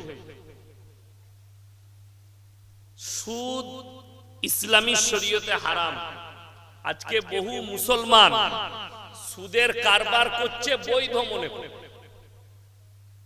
মদ গাঁজা ইত্যাদি এগুলো হারাম বহু মুসলমান এ ব্যবহারও করছে এটা বিক্রিও করছে ব্যবসাও করছে অথচ সে জানে হারাম লটারির টিকিট স্পষ্ট হারাম আপনি সিদ্ধা বাজারে চলুন আমি মুসলিম যুবক দেখিয়ে দেবো লটারি বিক্রি আর মুসলমান লটারি কাটছে অথচ এই স্পষ্ট জানে হারাম এই যে লটারিওয়ালা আছে যে লটারি বিক্রি করছে ব্যবসা করছে এই লোক আবার জুম্মার দিনে ফাঁস কাতারে মসজিদে থাকে আমরা বলে দিলি খারাপ মৌলবি গালি দিবে উল্টো পাল্টা বলবে আচ্ছা বলুন তো আমাদের মতো মৌলবিদিকে গালি দিলে হালাল হয়ে যাবে তো নাকি হারামটা হালাল হবে অবৈধটা বৈধ হবে দাড়ি টুপিওয়ালাকে গালি দাও নামাজিদিকে গালি দাও মৌলবিকে গালি দাও যেটা আমার আল্লাহ হারাম করে দিয়েছে কোরআনে আছে ওয়ালান তাজিদ লিসুন্নাতিল্লাহি তাবদীলা কিয়ামত পর্যন্ত আমার বিধানের একটা জের জবরকে পরিবর্তন করার ক্ষমতা পৃথিবীর কোন শক্তির নেই আমরা মৌলবীরা তো অনেক দূরের কথা আগে চলুন আল্লাহ যে নবী মুহাম্মদ সাল্লাল্লাহু আলাইহি সাল্লামের কাছে কোরআন পাঠাচ্ছেন কার মাধ্যম দিয়ে পাঠিয়েছেন কার মাধ্যমে জিবরিল আলাইহিস সালাম জিবরিল ফেরেশতার মাধ্যম দিয়ে এই নবীর কাছে আনছেন জিবরিল আমিন আল্লাহর কাছ থেকে নিয়ে। আল্লাহ কোরআনে কি বললেন জানেন? একটা শব্দ বলেছেন নবীকে এবং নবীকে এবং ফেরেশতা জিবরাইল বললে হে আমার জিবরিল আর হে আমার নবী। এই আয়াতটা জিবরিল তুমি নিয়ে যেতে গিয়ে এবং নবী তোমার কাছে পৌঁছানোর পরে যদি তোমরা আমার আয়াতের একটা জের জবরকে পাল্টাতে চাও, আমি আল্লাহ দক্ষিণ হস্ত ধারণ করে তোমাদের কণ্ঠনালীটা উপড়ে ফেলি দেব। এটা হুমকি দিলেন, সাবধান করলেন নিজের নবীকে এবং জিবরিল আমিনকে, দুজনকে আল্লাহ সাবধান করলেন যে দক্ষিণ হস্ত ধারণ করে কণ্ঠনালী উপড়ে দেব। আমি যেটা বলছিলাম না যে আল্লাহকে আমাদের দেখার সববারই ইচ্ছা আছে, আছে না নেই? আল্লাহকে দেখবো, সকলে জোরে বলুন ইনশাআল্লাহ। আল্লাহকে দেখতে গেলে দেখুন, কোন ছেলের বিয়ে ঠিক হলে যখন তার মা কিংবা তার বাবা বলে তোর লেগে একটা মেয়ে দেখেছে, তো তারা দেখে এসছে, আপনাকে বলা হলো আজকে কি বার? বুধবার। তোমার সামনে বুধবার তুই দেখতে যাবি তোর বন্ধুকে, তার আর ঘুম হবে? তার আর ঘুম হবে না, তার খালি ভেতরে উলট পালট হবে। আমার যে অর্ধাঙ্গিনী হবে সে খালি দিন গুনবে, বুধবারটা কবে আসবে, রোজ তারিখ দেখবে, তারিখটা কবে আসবে, সে দিন গুনবে। কেন? তার যে রাতের জননী হবে, তার প্রেমিকা হবে, সে কেমন, এটা দেখার জন্য। যদি একটা মানুষ তার যে বিবি হবে, তার যে অর্ধাঙ্গিনী হবে, তাকে দেখার জন্য যদি এত বেচেন হয়ে যায়। আমি যখন লখনৌ ইরফানিয়ায় পড়ি, ইরফানিয়া আমার উস্তাদ কারি বদরুদ্দোজা সাহেব ওখানকার ইনচার্জ, তো আমি যখন ওখানে পড়ি, বাকরা ঈদের ছুটির সময় আমার মা ফোন করলো, তুমি বাড়ি চলে এসো। আমার ইরাদা ছিল না বাড়ি আসার, একবারই কোর্স শেষ করে বাড়ি আসার। তো বলে বাড়ি যাও, বাড়ি এসো। কেন? বলে তোমার লেগে বিয়ে ঠিক করেছি। কার সাথে? আমার ফুফুইতো বোনের সাথে। এই যারা যুবক আছে তারা শোনো, অনেকজন মনে মনে ভাবে এই যারা যত প্রেম করে রেখেছো, ভালোবেসে রেখেছো, মনে মনে ভেবে রেখেছো ওকে ছাড়া কেউ কি বিয়ে করবো না? আল্লাহর কসম করে বলছি, তকদিরে না থাকলে পাবে না। আমাদের মৌলবীদের আমাদের কি মনে হয় না? আমারও মনে মনে ছিল অমুককে বিয়ে করব, প্রেম ছিল না। তোমরা ওটা ভাবো না, আমাকে গোলমালে ফেলাও না। মানে নিয়ত ছিল যে অমুকের সাথে বিয়ে হলে প্রস্তাব পাঠাবো, সুখী হব, ভালো হবে, এটা আমার ইরাদা ছিল। জানেন নবী মুহাম্মদ সাল্লাল্লাহু আলাইহি সাল্লামের মেয়ের বিয়ে কার সঙ্গে হয়েছে? কথা বলে না? হযরতে ফাতেমা, হযরতে আলীর সাথে। কিন্তু প্রথম প্রস্তাব যিনি নিয়ে গিয়েছিলেন তেনার নাম হচ্ছে হযরতে উসমান গনি রাদিয়াল্লাহু তাআলা। হে আল্লাহর রাসূল, আমি আপনার মেয়ের সঙ্গে বিয়ে করতে চাই। তকদিরে ছিল না, হয়নি। নবী উত্তর দিলেন, তুমি ফাতেমার থেকে ভালো বিবি পাবে, ফাতেমা তোমার থেকে ভালো স্বামী পাবে, যাও চলে যাও। তকদিরে ছিল না, হয়। রাগও নাই, ঝাড়ু নাই, কিছুই নেই। ওই জন্য তকদির। আমার মা বলল তোমার ফুফুর মেয়ের সাথে বিয়ে ঠিক করেছি, আমরা তাহলে আমি দেখতে যাব। বলে তুমি কুরবানিতে চলে এসো, বাকরা ঈদ। কারি সাহেবকে বললাম ছুটি লাগবে, বাড়ি যাব। কারি সাহেবকে আর বলি নাই যে বিয়ে করব, বিয়ে ঠিক করব। কারি সাহেব বলে চলে যাও। টিকিট কাটলাম, রোজ একবার করে টিকিটটা বার করতাম। আল্লাহ আজকে ক তারিখ হলো? ভেতরে তো আমার উলস তালস চলছে, কবে বাড়ি পৌঁছাবো, কবে নিজের চোখে দেখবো যে আমার বিবি হবে। আমি জীবনে আমার আত্মীয় বাড়ি যাই, কুটুম বাড়ি, আমার ফুপুর মেয়েকে দেখি। আমি ভাবলাম ছোট্ট ছিল, তার সাথে বিয়ে কি করে হয়, দেখতে যাও। এই ভেতরের উতল পাতল কোরআনে আছে। আল্লাহর যতগুলো নিয়ামত আছে জান্নাতে, জান্নাতীদেরকে যত উপহার দিবেন, আল্লাহর কসম সবথেকে দামি উপহার হচ্ছে আল্লাহর দিদার। জোরে বলুন সুবহানাল্লাহ। আল্লাহ জান্নাতীদেরকে দিদার করবে, আপনি ইন্তজার করুন। সিজদায় যখন যাবেন ফজরের সময়, চোখ দিয়ে পানি আসবে। আমাদের নামাজে মনোযোগ থাকে না কেন জানেন? আল্লাহ রাসূল কি বললেন? সাহাবীদিকে কিছু সাহাবী বলেন, ইয়া রাসূলুল্লাহ, আমরা নামাজে দাঁড়ালে আমাদের মনোযোগ হারিয়ে যায়, বিভিন্ন রকম দুনিয়াবি চিন্তা আছে।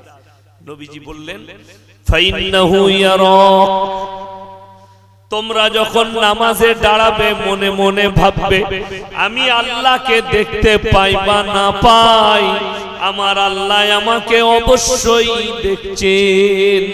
ফাইন্নাহু ইয়ারাক, নামাজে নিয়ত বেঁধে যখন নিয়ত বাঁধবে ভাববে আমি আল্লাহকে দেখতে পাইনি, কিন্তু আমার আল্লাহ আমাকে অবশ্যই দেখছেন।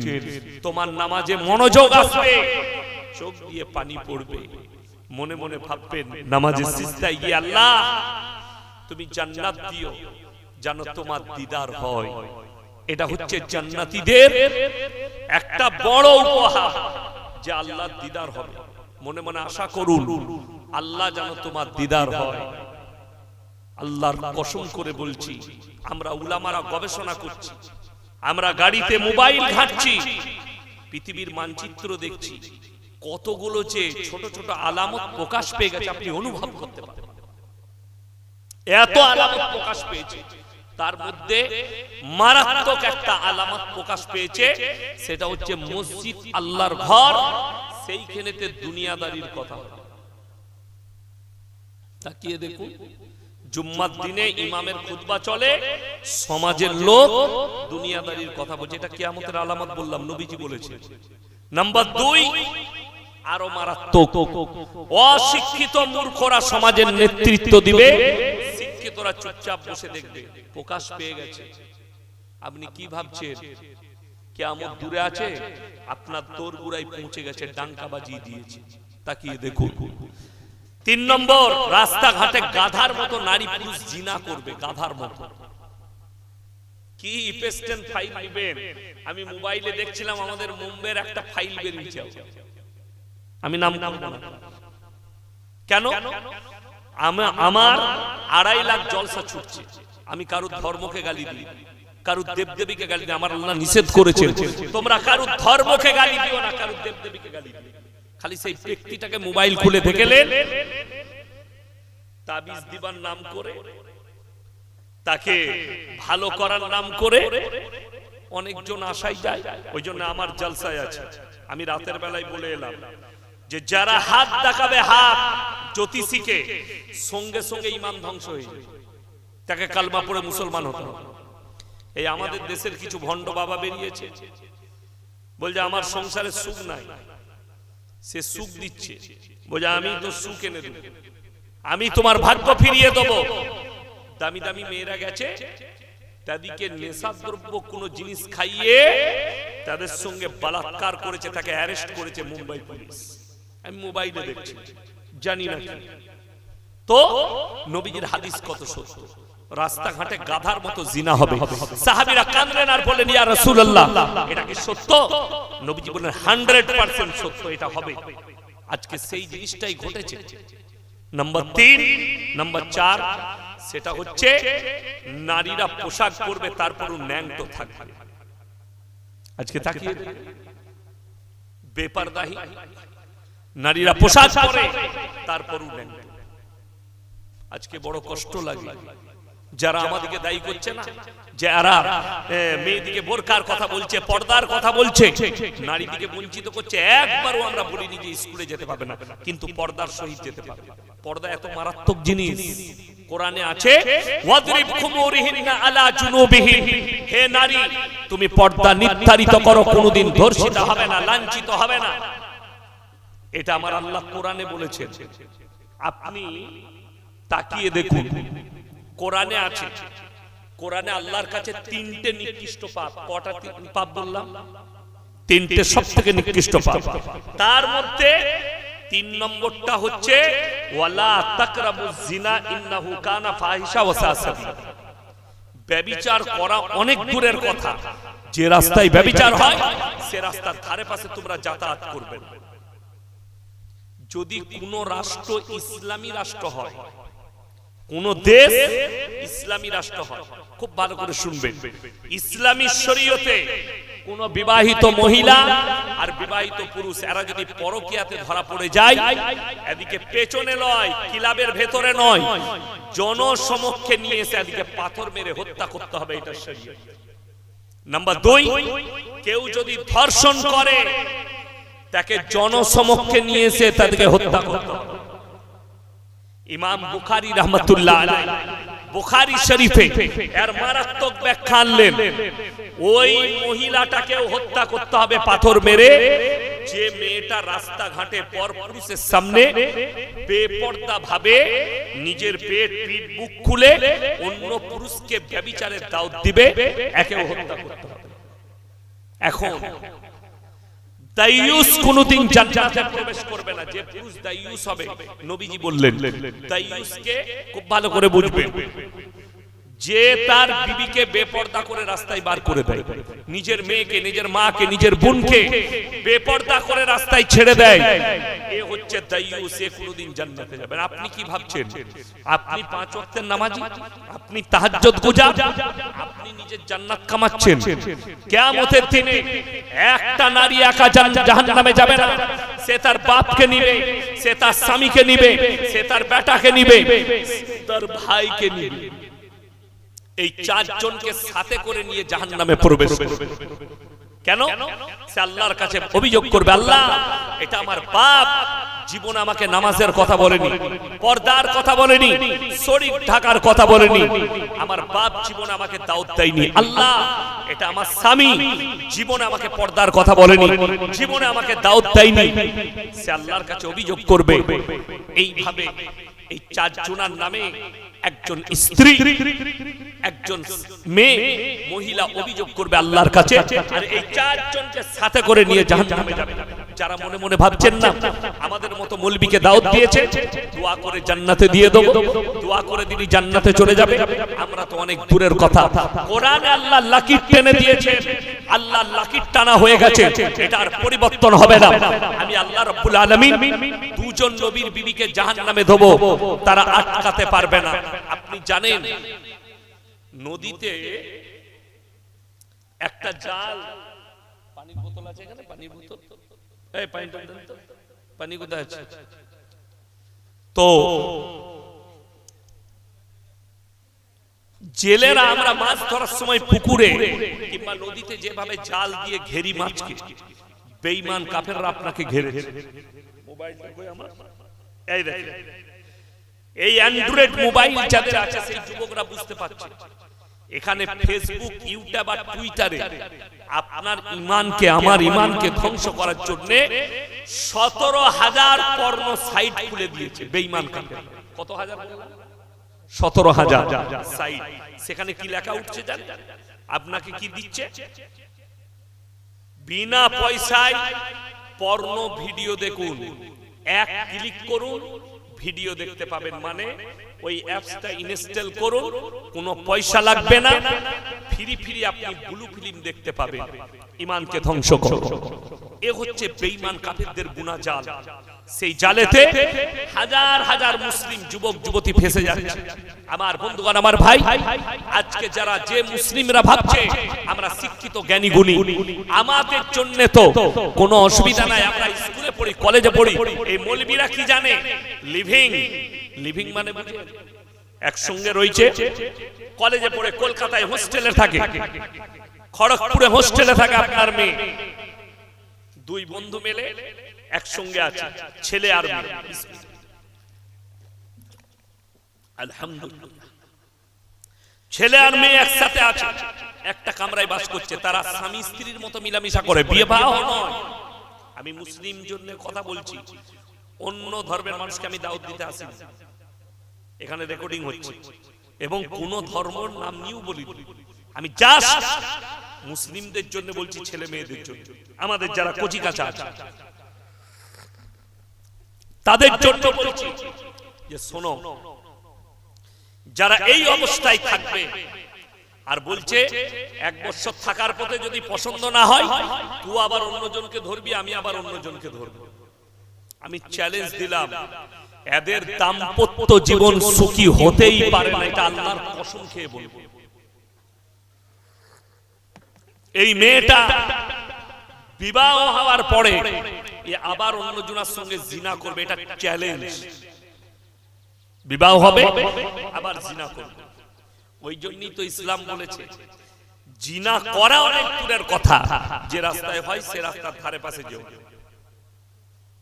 অনেক জন, আমি সেদিনে কুলির হোটেলে কালকে খেলাম, জঙ্গিপুরে জলসা ছিল, তো কুলি হোটেলে, কুলিতে একটা হোটেল আছে হাজী সাহেব, ভেজা ফ্রাই কাবাব রুটি আমাকে খাওয়ালো, ওখানেই দাঁড়ায় চা খায়। আমার সব জায়গায় স্টপেজ আছে, কোথায় কোথায় দাঁড়ায় আমি, যেখানে নামাজ পড়া হয়, যেখানে ভালো জায়গা সেখানে দাঁড়ায়। তো সে বললো হুজুর আমার মেয়েটা আলামিনে চান্স পেয়েছে। আমি বললাম কত টাকা বলেছে, যাই হোক কিছু একটা অ্যামাউন্ট বললো। আমি আবার আলামিনের যিনি কর্ণধার আলমগীর বাবুকে ফোন করলাম, যে ইনি আমার খুব পরিচিত আর বেচারা হোটেল চালায়, একটু কম সম করে দিবেন, বললে হুজুর পাঠিয়ে দিবেন। আমি বললাম আপনাদের বড় মেহনত আছে, অনেক বড় মেহনত আলামিন, হাজার হাজার মুসলিম যুবকদের ঈমান আজকে বেঁচে গেছে। আমার বন্ধুগণ শুনেলেন, এখন আমরা খালি মনে করি ইয়াসিন সাহেব কুরআনের তাফসীর করে দাও, কি বুঝবি? আমি সূরা ফাতিহা থেকে শুরু করব, এক পারা তাফসীর করে বেরিয়ে যাচ্ছে। তুমি যেমন কাজ তেমনিই থেকে যাবে। আমার বাপ আজ 56 বছর 60 বছর জলসা করেছে, এখনো পর্যন্ত মহিলাদের মরা বাড়ি যাওয়া বন্ধ করতে পারে। কথাটা বুঝতে পারেন? মরহুম গোলাম আহমদ মুর্তজা সাহেব নিজের গোটা লাইফটা 70 বছর জলসা করেছে। যেদিনে মারা যাবেন তার শেষ জলসা আমার গ্রামে করেছেন, এক সপ্তাহ আমার পুরসা শেষ জলসা করেছেন। তারপরে শুনলাম ইন্তেকাল করেছে। আশ্চর্যের বিষয় কি জানেন, এই মানুষগুলো নিজেদের জীবন বিলীন করে দিয়েছে। তারপর সমাজ কি দিল? কিচ্ছু দেয়নি। আজকে ভেবে দেখুন না, বেঈমান কাফেররা কামিয়াবি লাভ করেছে, আমরা কামিয়াব হতে পারি কেন? এত জলসা, এত মাদ্রাসা, এত মসজিদ, এত দাওয়াত তাবলীগ, এত ইজতেমা, তারপর আমরা কামিয়াবি করতে পেরেছি না। যদি বলেন কেন, ইসলামী শরীয়তে গ্রুপ লোন, বন্ধন লোন জায়েজ না না জায়েজ? কথা বলেন, হ্যাঁ কি হারাম না হালাল? গ্রুপ লোন হারাম। তাহলে আশা করি আপনাদের এখানে একটাও মেয়ে গ্রুপ লোন, বন্ধন লোন করে? কমেছে, মাশাআল্লাহ। নীল হতে হবে, নীল। যে মায়েরা এখনো জড়িয়ে আছে, আমি অনুরোধ করে যাব, ইয়াসিন কারো ভাইয়ের মতো, কারো সন্তানের মতো আপনারা আমাকে মন থেকে ভালোবাসেন, আর আমি আপনাদেরকে দিল থেকে আমিও ভালোবাসি। তা না হলে বুঝুন, আমি 300 কিলোমিটার রান করে আসছি একটা জলসা করে মুর্শিদাবাদ। ভাবতে পারেন 300 কিলোমিটার রান করে এসেছি কিসে? আপনাদের মহব্বতে, ভালোবাসা। নালে ফজরের পরে জলসা করনে वाला বক্তা আমি নই। ফজরের পরে জলসা করনে वाला আমি। ফজরের নামাজের পরে কারোর সাথে কথাই বলি না, আমার নিজের গিন্নি কথা বলার সুযোগ পাই না আমার সাথে। আমি বাড়িতে থাকলে ফজরের নামাজটা হয়, আমার দরজা লক হয়ে যায়। এমন কি কাজের মহিলা যে আছে, কাজের মেয়ে, তাকেও ঢুকতে দেয় না আমার স্ত্রী, যে মিজাজ হারাবেন সারাদিন। আমি ফোন তুলি না, ফোন করে দেখবেন। আসরের পর থেকে আমি ফোন ঘুরাতে শুরু করি, কে কে ফোন করেছে, কি দরকারে করেছে। কিন্তু আমি আপনাদের ভালোবাসায় এসেছি, জানেন কেন? খালি একটাই কারণে, যে আমার যদি একটা নসিহতে যদি একটা মানুষ পরিবর্তন হয়, একটা মহিলা যদি পরিবর্তন হয়, এটাই আমার জন্য কামিয়াবি। কিয়ামতের দিন দুনিয়া থেকে যাওয়ার পরে খালি কবরটাকে চিন্তা করুন। জানেন কেন এত কড়া কথা বলি, কেন এইভাবে বলি? অনেক জনের গায়ে লাগে, কিন্তু আমার ভাই ভয় হয় কি জানেন? কিয়ামতের দিনে সবথেকে ডেঞ্জার দুটো লোককে আল্লাহ পাকড়াও করবেন। কটা বললাম? দুটো লোক আল্লাহ পাকড়াও করবেন। এক হচ্ছে বক্তা, আর একটা হচ্ছে নেতা। এই দুজনের পাকড়াও খুব খতরনাক হবে।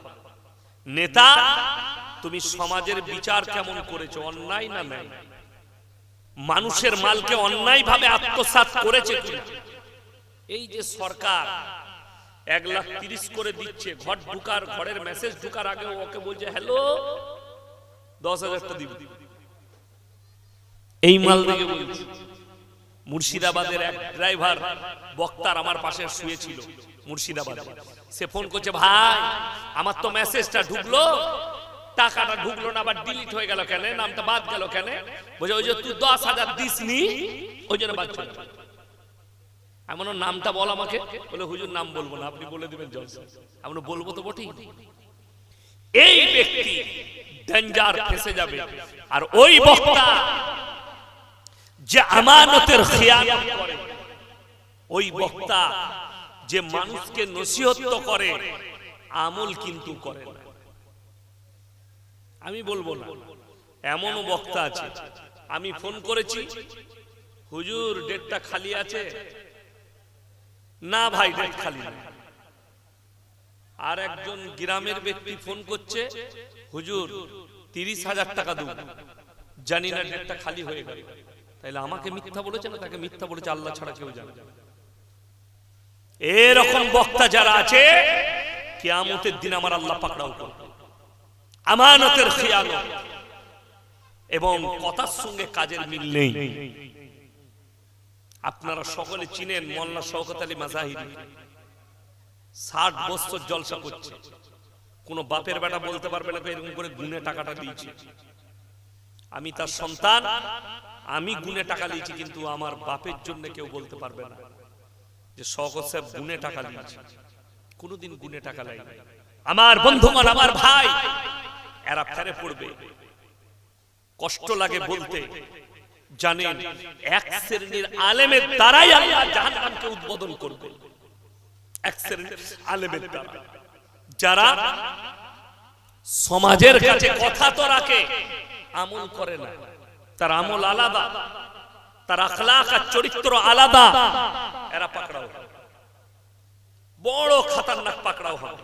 আর যারা বিচার ব্যবস্থায় আছে তারা সাবধান হয়ে যান। কিয়ামতের দিনে এই বিচারক, বাদশা, নেতা, মন্ত্রী, এদের দল আলাদা হবে।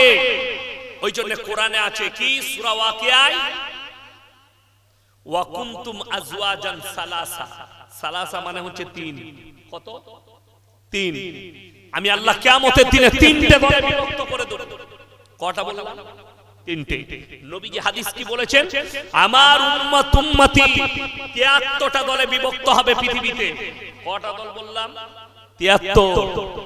আর কিয়ামতের দিনে আমি আল্লাহ ওয়া কুনতুম আজওয়াজান সালাসা, আমি 3টে দলে বিভক্ত করে দেব। আল্লাহর ডান দিক, আল্লাহর বাঁ দিক, আল্লাহর সামনের দিক। আল্লাহর ডান দিকে যারা থাকবে, যাদের ডান হাতে আমলনামা দেওয়া হবে। কোরআন খুলেন, ডান হাতে আমলনামা। আল্লাহ তাআলা হযরত আদম আলাইহিস সালাম থেকে শুরু করে এই আখরি কিয়ামতের দিন পর্যন্ত এতগুলো মানুষের হিসাব কি করে নেবেন? আল্লাহর কসম, আল্লাহ কোরআনে বলে দিয়েছে যে আমার কাছে কত সহজ। 1 নম্বর, ইকরা কিতাবাক কাফা বিনাফসিকাল ইয়াউমা আলাইকা হাসিবা। আমি আল্লাহ রাব্বুল আলামিন তাদের হাতে আমলনামা ধরিয়ে দেব। আর আল্লাহ বলবেন, তোমরা নিজের মুখে নিজে তোমার হিসাবটা পড়ে শোনাও। তোমরা সবাই নিজের নিজের হিসাব দাও, নিজের মুখে পড়ে শোনাও। জায়গা, স্থান, কাল, পাত্র সব লেখা থাকবে, একটাও বাদ যাবে না। আমার বন্ধুগণ, অনুরোধ করে বলছি, সবাই বলুন তো মুমিন হব ইনশাআল্লাহ। হাত তুলে বলুন ইনশাআল্লাহ। পাপ মুক্ত জীবন গড়ব। আমি বলে যাই, আল্লাহর কাছে কিয়ামতের দিনে নামাজ, রোজা, তাসবিহ, তেলাওয়াত, ইবাদতের পরে সব থেকে বেশি তাড়াতাড়ি কোন নেকিটা পৌঁছাই যায়? কোন নেকিটা? সব ফরজ ইবাদতের পরে আল্লাহর কাছে, ধরলেন আপনার আমার আব্বা মারা গেছে, দাদু মারা গেছে, গেছে না যায়নি, আমি মারা যাব, কোন আমলটা করলে সঙ্গে সঙ্গে নেকি পৌঁছে যাবে নিয়ত করা মাত্র? জোরে বলুন সুবহানাল্লাহ। সেটা জানেন? সেটার নাম হচ্ছে সাদকা এবং দান। ওই জন্যে জিন্দেগিতে তিনটে সাদকা করুন। একটা হচ্ছে নেক সন্তান দুনিয়াতে রেখে যান, বেঁচে আছেন নেক সন্তান, যে আপনার জানাজা পড়াবে, আপনার কবর জিয়ারত করবে, আপনার জন্য দোয়া করবে, আপনার জন্য দান খয়রাত করবে। আর নাম্বার 2, আপনি নিজে বেঁচে থাকতে কিছু সাদকায়ে জারিয়া করে যান দিনের জন্য, দিনের খাতিরে। আমার বন্ধুগণ, আমার ভাই। আর নাম্বার 3 হচ্ছে খায়রুকুম মান তাআল্লামাল কুরআন আল্লামাহু। ওই রাত থেকে প্রথমে চেপেছিল মনে হয় আমার তৈবুর রহমান ভাই, তাই না? তারপরে হাফেজ সিদ্দিকুল্লাহ ভাই, তারপরে ওই আবু উবাইদা সাহেব, তারপরে আমি লাস্টে, 4 জন। এতগুলো বক্তা, কার গলাটা কেমন, কে কত সুর করে বলেছে, এটা মতলব নয়। কে কি বলল সেই কথাটার প্রতি আমল এবং অপরের কাছে পৌঁছে দেওয়া। দাউদ আপনি পৌঁছে দেবেন, এটা কেউ আমল করবে, সেও সাদকা পাবে, তুমিও সাদকার নেকি পাবে, যে বক্তা বলেছে সেও সাদকার নেকি পাবে। খায়রুকুম মান তাআল্লামাল কুরআন আল্লামাহু। ইলম হাসিল করো এবং অপরের কাছে পৌঁছে দাও। যে ভালো কথাটা শুনবে লোকের কাছে পৌঁছে দাও। এটাই হচ্ছে নবীজি সাল্লাল্লাহু আলাইহি সাল্লামের হাদিস। আমার বন্ধুগণ, এই তিনটে সাদকা ইমানদারির সঙ্গে বলুন তো, আমি দেখতে চাই। আমি জানি এই নাওয়ালবাড়ে অনেক আল্লাহওয়ালা ভাই আছে, আল্লাহ হাত লম্বা করেছে। একজন আল্লাহর বান্দা কেউ আছে এই জলসার জন্য 10,000 টাকা কেউ দিবেন ইনশাআল্লাহ? একজন আল্লাহর বান্দা কে আছেন? হাত তুলেন তো দেখি ইনশাআল্লাহ। আমার সাথে মুলাকাত করে, আমি দোয়া করব। আমি কিন্তু মুসাফির, বাড়ি থেকে কত লম্বা রং মেরেছি জানেন না। 500 কিলোমিটার রান করা হলো আমার সকাল থেকে। কত বললাম? 500 কিলোমিটার। আমি এখন ঘুমাবো সাইদুলের বাড়িতে। একবারই জোহরের সময় উঠে গোসল টোসল করে খানা খেয়ে বের হবো, আবার নন্দীগ্রামে জলসা। আমি নন্দীগ্রাম যাব, রাত্রে বাড়ি ফিরব। কালকে ইটাহার যাব। ইটাহার মানে জানেন এখান থেকে 600 কিলোমিটার রাস্তা। মালদা থেকে আরো 150 কিলোমিটার ইটাহার। কালকে প্রোগ্রাম আছে। আমি মুসাফির, আমি আপনাদের জন্য জান ভরে দোয়া করব। একজন এই ফজরের সময়, যে সময় আল্লাহ দোয়াকে কবুল করেন, একজন আল্লাহর বান্দা 10,000 টাকা কেউ আছে? একজন ইনশাআল্লাহ। দেখি কে আছে? 10,000 টাকা বলেছি, তাড়াতাড়ি হাত তুলেন কে আছে। যদি নাম না বলতে ইচ্ছুক হন, আপনি বলে পাঠান।